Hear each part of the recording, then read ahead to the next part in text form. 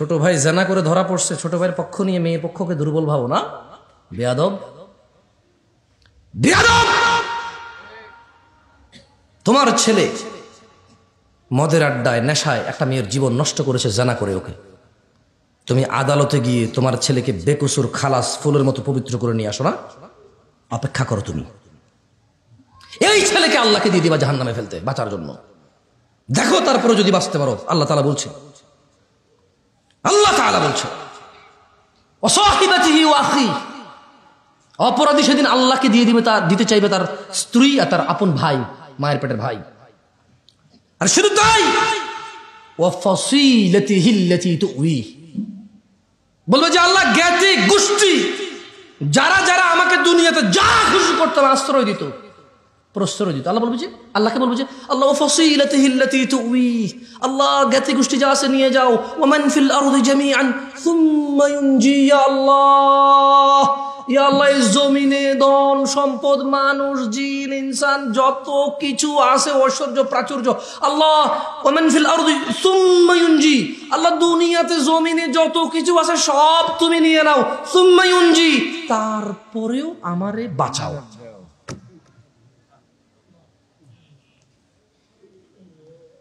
আচ্ছা, তাহলে আমরা এখানে অপরাধীর আল্লাহর সাথে কথোপকথন দেখতে পেলাম। কি পেলাম দেখতে?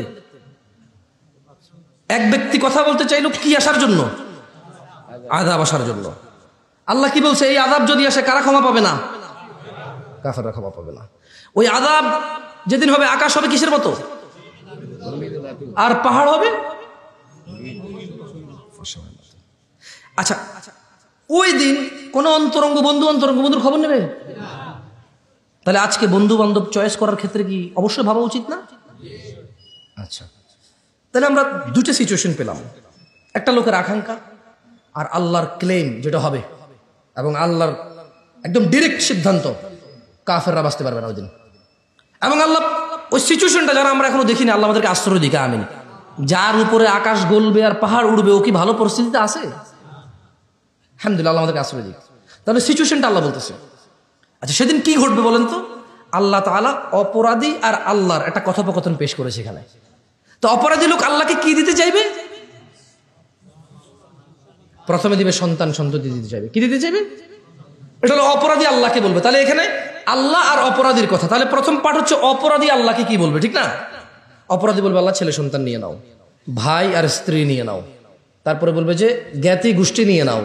তারপরে বলবে যে এই জমিনে যা কিছু আছে সবকিছু নিয়ে সুম্মা ইউনজি, তারপরে আমাকে আশ্রয় দাও, বাঁচাও, নাজাত দাও। বলবে কিনা? তাহলে আমরা অপরাধীর কথা পেলাম। তাহলে আল্লাহ কি বলবে এটা জানার দরকার আছে কিনা?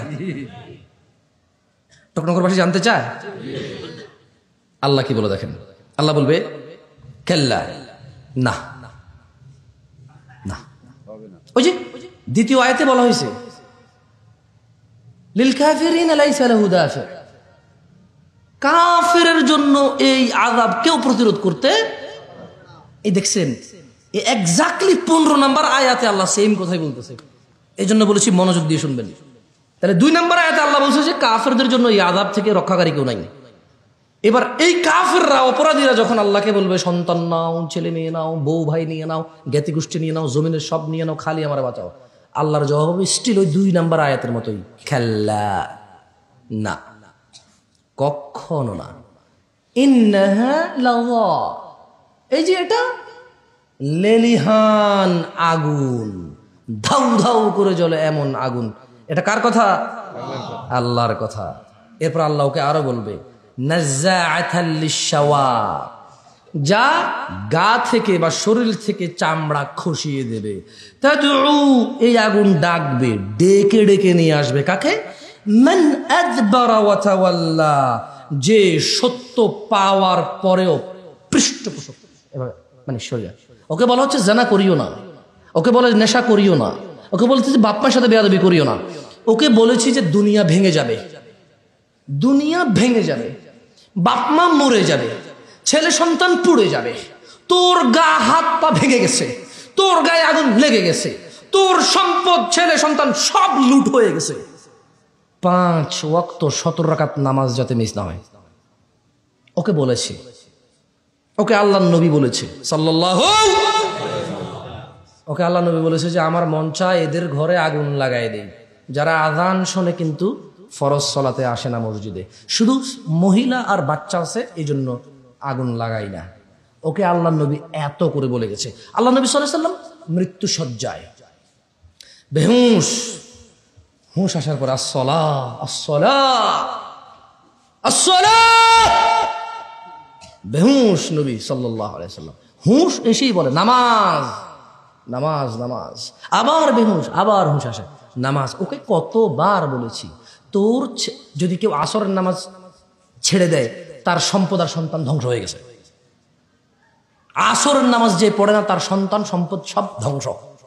এত বড় গজব, এত বড় লানত ওই ব্যক্তির জন্য যে আসরের নামাজটা শুধু আসরের 4 রাকাত পড়ে না, যে যে 5 ওয়াক্ত পড়ে না। আল্লাহ নবী সাল্লাল্লাহু আলাইহি ওয়াসাল্লাম বলছে যে মুনাফিক যদি দেখতে হয় এই ফজর আর ঈশার মধ্যে চলে আসো মসজিদে, যেটা যেটা নাই ওই সব মুনাফিক।